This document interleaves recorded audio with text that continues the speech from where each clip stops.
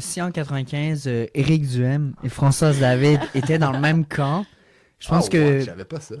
Pour Ben vrai? oui, Ouais. parce qu'Éric Duhem travaillait pour le Bloc québécois. Ah ouais. Françoise David, elle représentait, je me souviens pas quel groupe de la société civile, mais elle faisait partie officiellement du camp du oui. Elle faisait la tournée du Québec pour faire des discours pour le oui, puis Éric Duhem aussi. J'aurais jamais cru Mais il y avait voir aussi... ces deux personnes dans le Ben même comité. Mais Ah ouais. même Mario Dumont, tu sais, Mario Ouais. Dumont qui est il était dirigeant de la DQ, qui était quand même assez à droite économiquement, puis il y avait Françoise David. Moi, je pense que si tous ces personnages-là là, qu'on voit aujourd'hui, pour se dire non, jamais il aurait pu faire ça, je pense que PSPP et GND peuvent trouver un terrain d'entente. Je pense que, comme tu l'as dit, tu sais, on le sait tous, là, il y a juste un seul sujet qui divise QS et le PQ, mais sur tous les autres sujets, sur l'environnement, sur les travailleurs, les syndicats, je veux dire, c'est vraiment le même parti. En 2022, on parlait même du mariage entre le PQ et QS, tellement, je veux dire, c'est la même plateforme.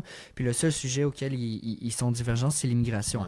Mais il y a un terrain d'accord à trouver. Puis je pense que, comme Marc a dit, l'ajout de partage prend beaucoup de place. Mais dès le moment où il y en a un des deux qui forme le pouvoir, le camp du oui va se former. Puis là, on va voir des gens, peut-être qu'on se disait intérieurement, mais jamais ils auraient été dans la même équipe. Quand il y a un référendum, c'est pas équipe PQ, équipe QS, c'est équipe Québec. C'est équipe Québec, puis on est tous dans la même équipe. On se chamaille avant, on va se chamailler après, mais pendant, on est une équipe, on est ensemble.